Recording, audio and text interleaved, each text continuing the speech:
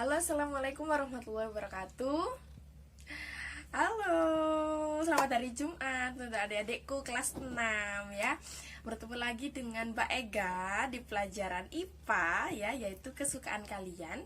Nah, kali ini Mbak Ega sudah mempersiapkan beberapa video untuk adik-adik ya. Nah, Mbak Ega sudah mempersiapkan beberapa materi yang mungkin bisa Mbak Ega sampaikan dalam 90 menit ke depan ya. Tetap semangat ya dalam mengikuti pelajaran Mbak Ega. Nah, untuk yang pertama itu Mbak Ega akan menjelaskan cara perkembangbiakan tumbuhan ya. Nah, cara perkembangbiakan tumbuhan masih ingat ya, ada berapa? Ada 2 ya. Yang pertama adalah secara vegetatif dan yang kedua adalah generatif, begitu ya.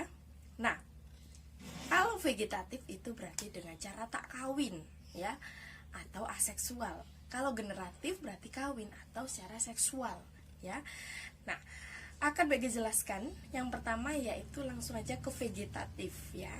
Vegetatif itu terbagi menjadi 2, yaitu vegetatif alami dan vegetatif buatan ya. Kalau alami berarti terjadi secara alamiah tanpa bantuan tangan manusia di dalamnya ya. Nah, kalau yang vegetatif buatan berarti dia terjadi atas campur tangan manusia, begitu ya. Langsung saja, vegetatif alami itu ada beberapa macam dan pasti adik-adik sudah tahu. Untuk yang pertama, coba Mbak bahas tentang umbi batang. Umbi batang ya. Namanya umbi berarti dia adalah cadangan makanan. Nah, kalau umbi batang berarti batang ya yang menyimpan cadangan makanan ya. Contohnya apa? Contohnya adalah kentang ya, kemudian ubi jalar, ketela rambat, seperti itu ya, dan lain-lain. Bisa dek nanti amati dan kalian tulis ya. Nah, yang kedua itu adalah umbi lapis, dimana dia adalah pelepah daun yang berlapis-lapis. Contohnya adalah keluarga tentang bawang-bawangan. Mau mereka bilang keluarga ya, maksudnya tentang golongan bawang. Misalnya bawang merah, bawang bombay, bawang putih. Nah, itu adalah umbi lapis. Yang ketiga adalah umbi akar. Berarti akar yang menyimpan cadangan makanan. Contohnya adalah singkong ya, kemudian wortel dan lain-lain ya. Yang keempat itu adalah tunas ya. Nah, ini adalah cara perkembangbiakan di mana nanti akan tumbuh menjadi individu baru dan memisah dari induknya. Contohnya adalah apa? Pisang ya. Pisang itu adalah tumbuhan yang memiliki cara vegetatif dengan tunas ya. Yang kelima itu adalah tunas adventif ya. Nah, itu contohnya adalah cocor bebek. Jadi di bagian organ tumbuhan itu akan tumbuh menjadi individu lagi ya, untuk perbanyakan diri. Contohnya adalah cocor bebek ya. Kemudian ada lagi coba apa? Yaitu misalnya adalah rizoma ya, rizoma. Nah, rizoma itu adalah sebenarnya batang yang ada di dalam tanah ya. Nah, dia menyimpan cadangan makanan ya. Nah, itu adalah golongannya, contohnya ya, itu adalah golongannya jahe, kemudian lengkuas ya, kunyit. Nah, pokoknya yang toga-toga itu ya, dia termasuk rizoma. Jadi itu sebenarnya adalah batang yang ada di dalam tanah, bukan akar. Selanjutnya adalah geragih atau stolon ya. Geragih atau stolon itu sebenarnya adalah cabang batang yang menjalar di permukaan tanah. Contohnya apa? Stroberi ya. Kemudian ada lagi arbai, pegagan, rumput teki, itu termasuk dari stolon. Ya, jadi kalau ada soal nanti silakan nanti diaplikasikan ya. Nanti mereka akan berikan soal. Nah, masuk ke vegetatif buatan. Ada apa saja? Banyak ya.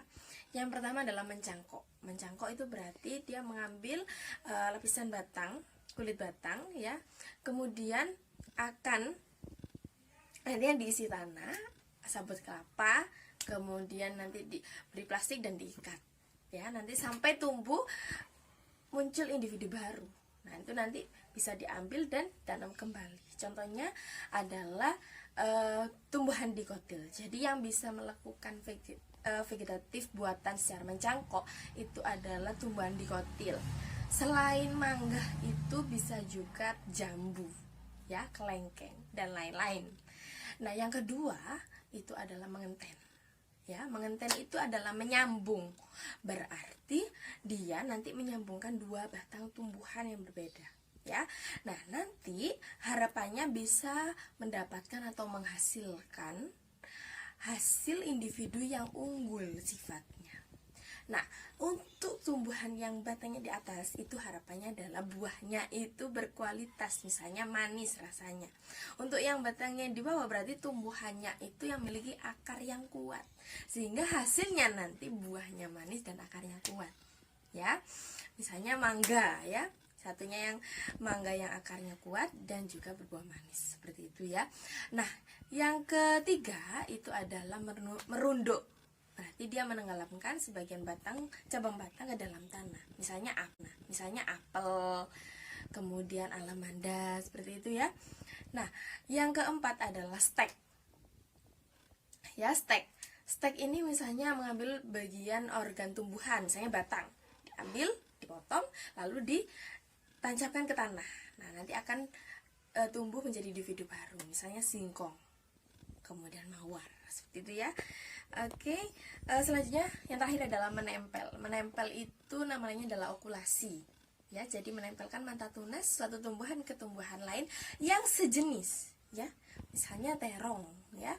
Terong hijau dan ungu, seperti itu. Nah, nanti hasilnya itu di dalam tumbuhan yang sudah menggunakan okulasi atau menempel itu nanti ada yang berbuah terong ungu dan juga hijau. Ya, sudah ada yang ditanyakan dari yang vegetatif? Kalau enggak, kita akan beralih ke generatif ya. Nah, saja kalau generatif berarti secara kawin atau seksual.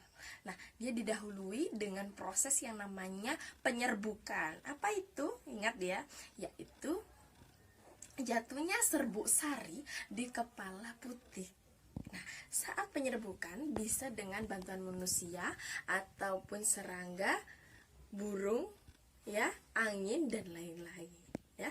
Dan nanti akan dilanjutkan pembuahan, ya, dimana nanti sel inti generatif sperma itu akan bertemu dengan sel telur yang ada di dalam butik bakal buah tadi untuk berkawin dan hasilnya zigot dan akan tumbuh menjadi bakal biji akan tumbuh menjadi biji, itu ya, dan akan terjadi seterusnya.